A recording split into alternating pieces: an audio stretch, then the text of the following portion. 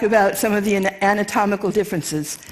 On the left top is a human skeleton. Bottom left is a chimpanzee, front and back.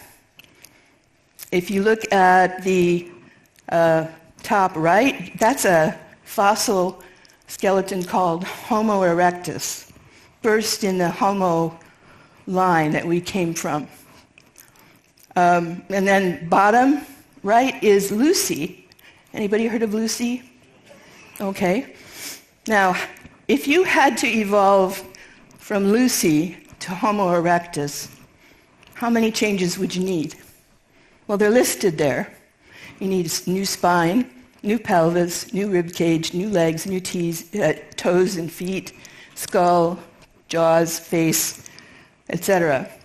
A group, Bramble and Lieberman from Harvard University, did a study of how many physical changes would be necessary to evolve the ability to run from Lucy to Homo erectus.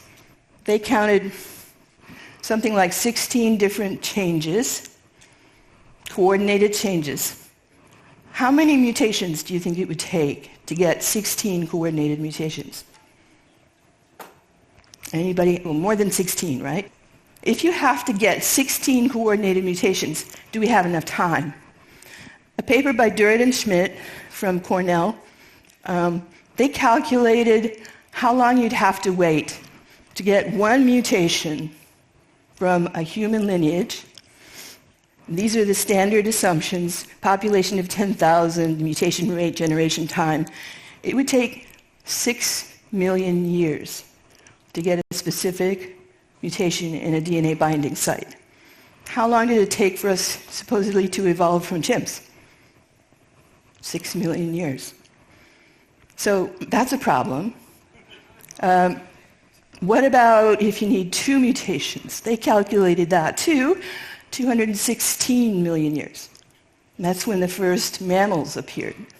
So my caption says it all. There isn't enough time.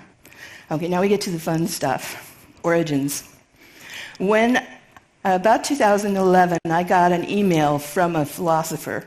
And this philosopher asked me, how strong is the evidence against Adam? And I said, I don't know. I haven't thought about it. If Darwinism is wrong, who cares? But I'll go look. So it started me on this journey so that I'm standing here in front of you today. I went into the literature, and it showed me some surprising things, and it continues to show me surprising things. You know that the theistic evolutionists and the evolutionists in general say we had to come from a population of, how much? 10,000, right?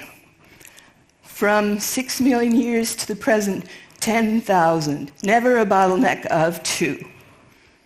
Well, over the last few months, on BioLogos website, there's been a conversation going on between theistic evolutionists, scientists, not ID-friendly, over whether there could have been a bottleneck of 2. And finally, one of them got tired of arguing and decided he'd do an experiment. On the left, you have what's called a derived allele frequency. I don't want you to worry about the technical details. If you care about them, you can ask me later.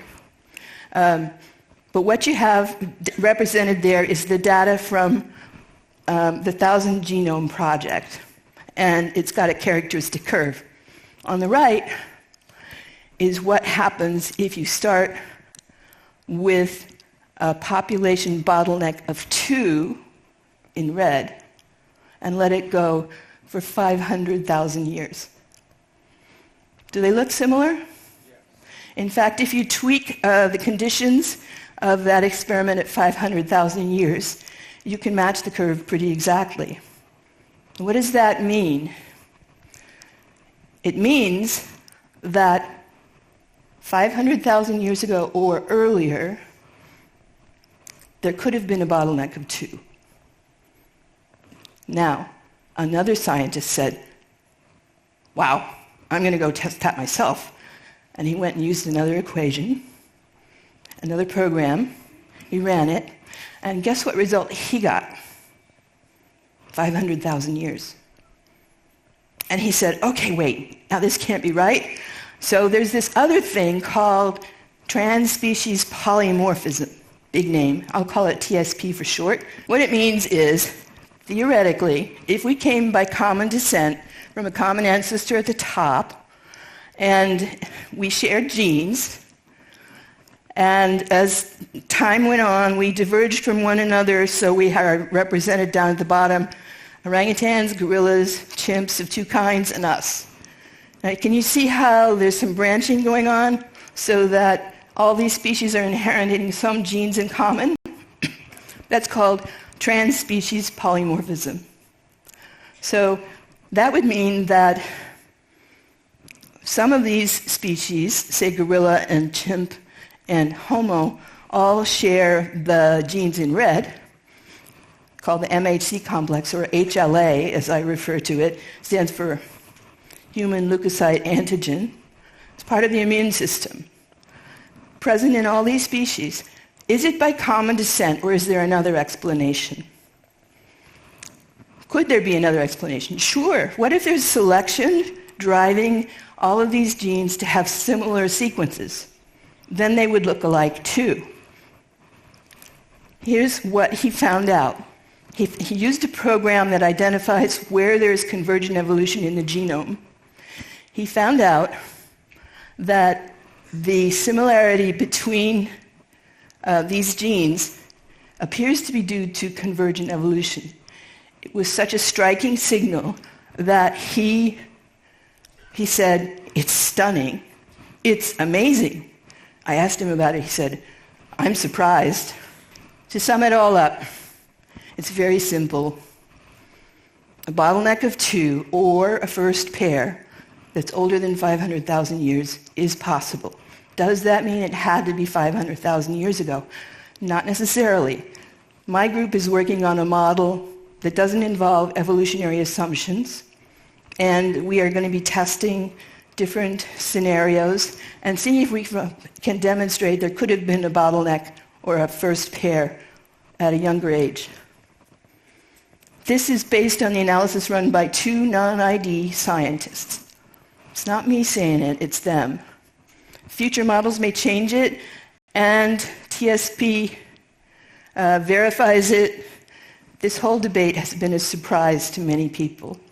So, to summarize, we are more than our bodies, we are more than our brains, we are more than our genetic code, we are much more than souped-up apes. We could have come from two. Thank you very much.